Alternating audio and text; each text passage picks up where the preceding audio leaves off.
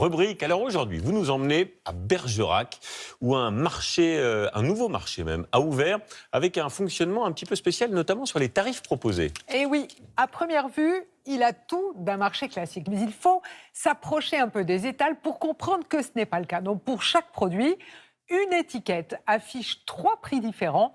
Et c'est le client qui choisit le tarif qui lui convient. Sophie Guillaumin et Jean-Marie Lequertier nous expliquent ce qui a motivé cette initiative. Notre idée pour la France, c'est un marché de producteurs locaux et solidaires. Le principe, c'est que chaque client choisit en fonction de ses moyens de payer un peu plus, un peu moins au moment de son achat. Dans la vie comme sur le compte en banque, il y a les jours avec et les jours sans.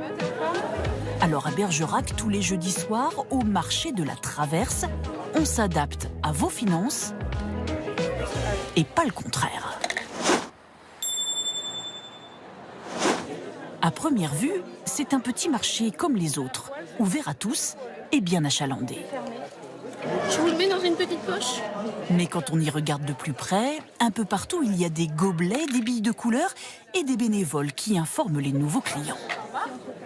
Au moment de l'achat, quand vous voulez le régler, vous choisissez en fait une des billes. Le prix bleu, c'est le prix de base, c'est-à-dire c'est le prix rémunérateur pour le producteur, c'est le prix normal. Si vous avez un peu plus de moyens et que vous pouvez payer en solidaire, vous prenez la bille verte. Et si jamais vous avez moins de moyens, vous pouvez avoir au prix accessible. Le prix accessible, c'est en général 20% moins cher.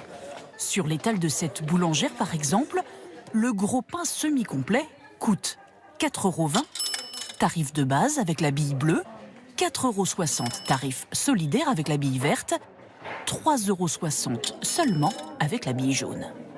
Chacun est libre de choisir son tarif en toute discrétion. Merci. Je prends le prix au-dessus, parce que je vais vous dire que je peux le faire. La plupart du temps, je reste quand même sur le tarif affiché, quoi. Voilà. Quelle couleur? Un jaune. Ok, et ben. Mako, lui, vient tout juste de lancer son activité.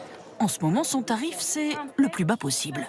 Que ce soit au début ou à la fin du mois, on peut décider le prix qu'on veut mettre. En ce moment, ça me fait du bien d'économiser, même quelques centimes, ça fait la différence.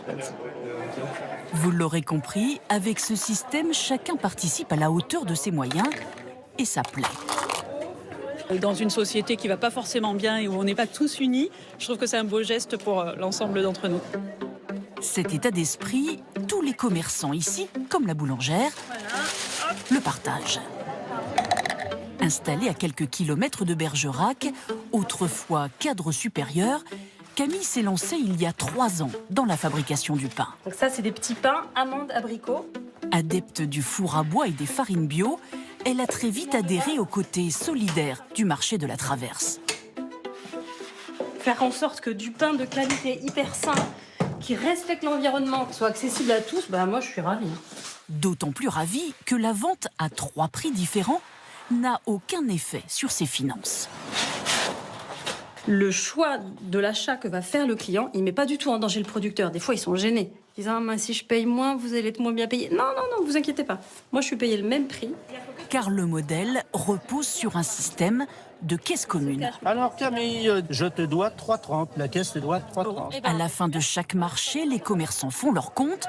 Lorsqu'ils ont gagné plus que le prix de base, le surplus va dans une cagnotte.